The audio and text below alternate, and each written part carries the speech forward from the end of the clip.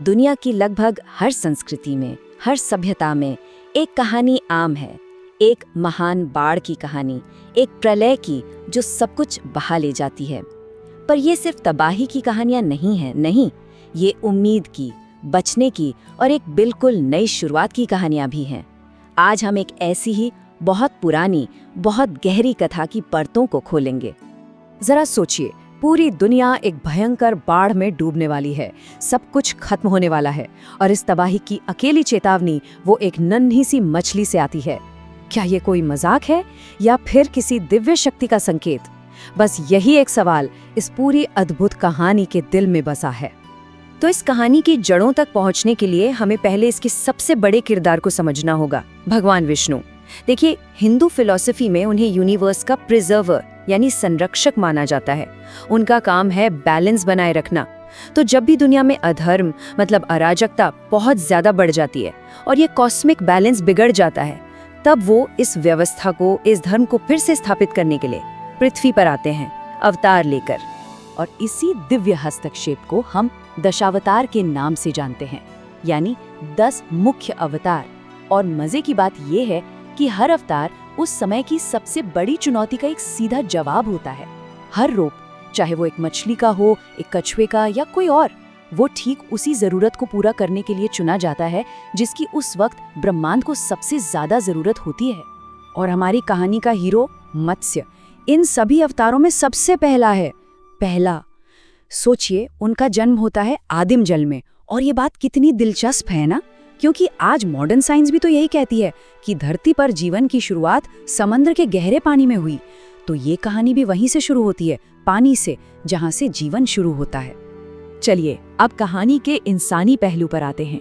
मिलते हैं हमारे दूसरे मुख्य किरदार राजा मनु से। तो कहानी की शुरुआत होती है एक बहुत ही नेक राजा वैवस्वत मनु से। उन्हें सत्यव्रत के नाम से भी जाना जाता था। मनु को मानव जाति का पितामह भी कहते हैं, क्योंकि वो एक ऐसे इंसान थे जो हमेशा धर्म के रास्ते पर चलते थे। अब यहाँ धर्म का मतलब सिर्फ पूजा पाठ नहीं, बल्कि वो नैतिक नियम है जो पूरे समाज और ब्रह्मांड को एक साथ जोड़कर रखते हैं।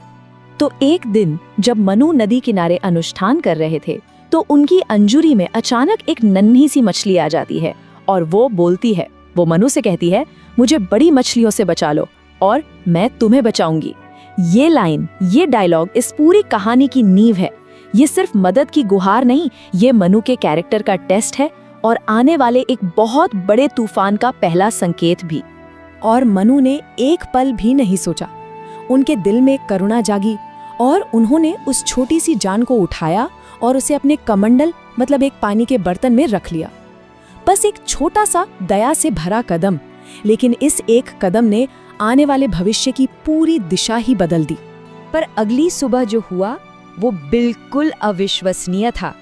वो नन्ही सी मछली रात भर में इतनी बड़ी हो गई कि वो बर्तन अब उसके लिए छोटा पड़ गया। ये तो कुदरत के नियमों के खिलाफ था। मनु हैरान थे, पर उन्होंने उसे उठाया और पास के एक बड़े तालाब में छोड़ दिया। लेकिन कहानी यहीं खत्म नहीं हुई। बहुत जल्द वो मछली तालाब के लिए भी बड़ी हो गई। अब तो मनु की हैरानी की कोई सीमा नहीं थी। उन्होंने उस अजीब, असाधारण जीव को उठाया और उसे विशाल गंगा नदी में छोड़ दिया। सोचा कि अब तो ये ठीक रहेगी। मगर उस मछली का बढ़ना रुका ही नहीं, मानो वो किसी भी सीमा, किसी भी बंधन को मानने से इनकार कर रही हो। देखते ही देखते वो गंगा नदी से भी बड़ी हो गई। और बस उसी पर मनु समझ गए, ये कोई मामूली जीव नहीं है, ये कुछ दिव्य है। उन्होंने पूरी श्रद्धा से उसे विशाल समंदर में छोड़ दिया, जहां वो आजादी से रह सके। और यहीं, इसी मोड़ पर, ये दया और करुणा की एक सीधी सादी कहानी एक बहुत बड़े कॉस्मिक रहस्य में बदल जाती है। अब पर्दा उठने वाला था और दांव पर किसी एक जीव की जान नहीं, बल्कि पूरी दुनिया का भविष्य लगा था। समंदर में पहुंचकर उस विशाल मछली ने अपनी असली पहचान बताई। वो कोई और नहीं, बल्कि खुद भगवान विष्णु थे, ब्रह्मांड के संरक्षक। तब जाकर मनु को एहसास हुआ कि वो जिसे कमजोर समझकर बचा रहे थे, असल में वो तो पूरे ब्रह्मांड को बचाने वाली शक्ति थी। और फिर विष्णु ने उन्हें असली खतरे के बारे में बताया, एक चेतावनी कि ठीक 7 दिनों में एक महाप्रलय आएगा, एक कॉस्मिक बाढ़ जो पूरी दुनिया को अपने अंदर समा लेगी। सब कुछ खत्म हो जाएगा। पर खतरा सिर्फ एक नहीं था, एक और बड़ी मुसीबत थी। हयग्रीव नाम के एक असुर ने अस्तित्व का सारा ज्ञान यानी वेदों को चुरा लिया था। तो अब दांव पर सिर्फ जिंदगियां नहीं थी, बल्कि पूरा का पूरा ज्ञान था। अगर वेद खो जाते तो प्रलय के बाद भी इंसानियत हमेशा के लिए अज्ञान के अंधेरे में डूब जाती। तो चेतावनी मिल चुकी थी, वक्त हाथ से निकलता जा रहा था। अब उस कॉस्मिक तूफान का सामना करने का समय था, और यहीं से शुरू होती है जिंदगी को बचाने की एक शानदार यात्रा। विष्णु ने मनु को एक नाव बनाने का आदेश दिया, और उस नाव में सिर्फ जिंदा नहीं रहना था, बल्कि आने वाले नए युग के लिए सब कुछ बचाना था। क्या क्या? 7 महान ऋषि यानी सप्तर्षि, धरती के हर पौधे के बीज, हर जानवर का एक एक जोड़ा, और सबसे जरूरी वो पवित्र ज्ञान वेद। ये सिर्फ जिंदगी बचाने का मिशन नहीं था, ये पूरी सभ्यता को बचाने का मिशन था। और फिर प्रलय आया। चारों तरफ सिर्फ पानी, विनाश, और उस विनाश के बीच में मनु की छोटी सी नाव। पर वो अकेले नहीं थे। भगवान विष्णु ने अपने विशाल मत्स्य रूप में अपने सुनहरे सींग से उस नाव को बांध लिया। रस्सी किसकी बनी? ब्रह्मांडीय सर्प वासुकी की। और फिर वो उस नाव को उस भयंकर तूफान से खींचकर हिमालय की सबसे ऊंची, सबसे सुरक्षित चोटी की तरफ ले जाने लगे। ये सिर्फ एक बचाव नहीं था, ये एक वादा था कि हर अंधेरी रात के बाद सुबह जरूर होती है। और इस यात्रा के दौरान ही मत्स्य ने दूसरे दुश्मन का भी काम तमाम किया।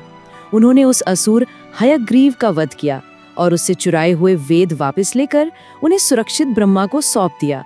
तो मत्स्य ने सिर्फ जिंदगियों को नहीं बचाया, उन्होंने ज्ञान को भी बचाया। तो ये कहानी सिर्फ एक प्रलय और बचाव की कहानी नहीं है जैसा कि ऊपर से लगता है। नहीं, इस कहानी की लहरों की नीचे बहुत गहरे फिलोसॉफिकल मतलब छिपे हैं। ये हमें सभ्यता की, धर्म की बिल्कुल बुनियादी बातों के बारे में सिखाती है। चलिए इसके सिंबॉलिज्म को थोड़ा समझते हैं। ये जो बाढ़ है वो असल में जिंदगी की अराजकता मतलब संसार का प्रतीक है, और वो जो नाव है वो मोक्ष का, सैल्वेशन का जरिया है। वो विशाल मछली वो डिवाइन गाइडेंस है, ईश्वर का मार्गदर्शन जो हमें उस अराजकता से पार ले जाता है। और वेद वो शाश्वत ज्ञान है, वो धर्म है जो हर तबाही के बाद भी बचा रहता है। और ये हमें इस कहानी के सबसे गहरे, सबसे जरूरी नैतिक सबक पर लाता है। देखिए, पुराने समय में एक कॉन्सेप्ट था जिसे कहते थे मत्स्य न्याय, मतलब मछलियों का कानून, जंगल का कानून, जहाँ बड़ी मछली छोटी मछली को खा जाती है, जहाँ ताकतवर ही जिंदा बचता है, कमजोर नहीं। मनु का उस छोटी सी मछली को बचाना वो इसी क्रूर कानून के खिलाफ एक आवाज थी। ये कहानी सिखाती है कि असल सभ्यता, असल धर्म तब शुरू होता है जब ताकतवर अपनी ताकत का इस्तेमाल कमजोर को दबाने के लिए नहीं, बल्कि उसकी रक्षा के लिए करता है। यही एक अच्छे समाज की नींव है। तो आखिर में ये कहानी किस चीज का प्रतीक है? ये ब्रह्मांड के टूटने और फिर से बनने के कभी न खत्म होने वाले चक्र का प्रतीक है। ये एक दिव्य वादा है कि चाहे कितनी भी बड़ी अराजकता क्यों ना आ जाए, जिंदगी और ज्ञान को बचाने का रास्ता हमेशा खोज लिया जाएगा, धर्म हमेशा बच जाएगा। और आखिर में ये कहानी हम सबके लिए एक सवाल छोड़ जाती है। जब हमारी अपनी जिंदगी में मुश्किलों की, अराजकता की बाढ़ आती है, तो वो कौन सा ज्ञान है, वो कौन सी वैल्यू है जिसे हमें हर कीमत पर बचाना चाहिए?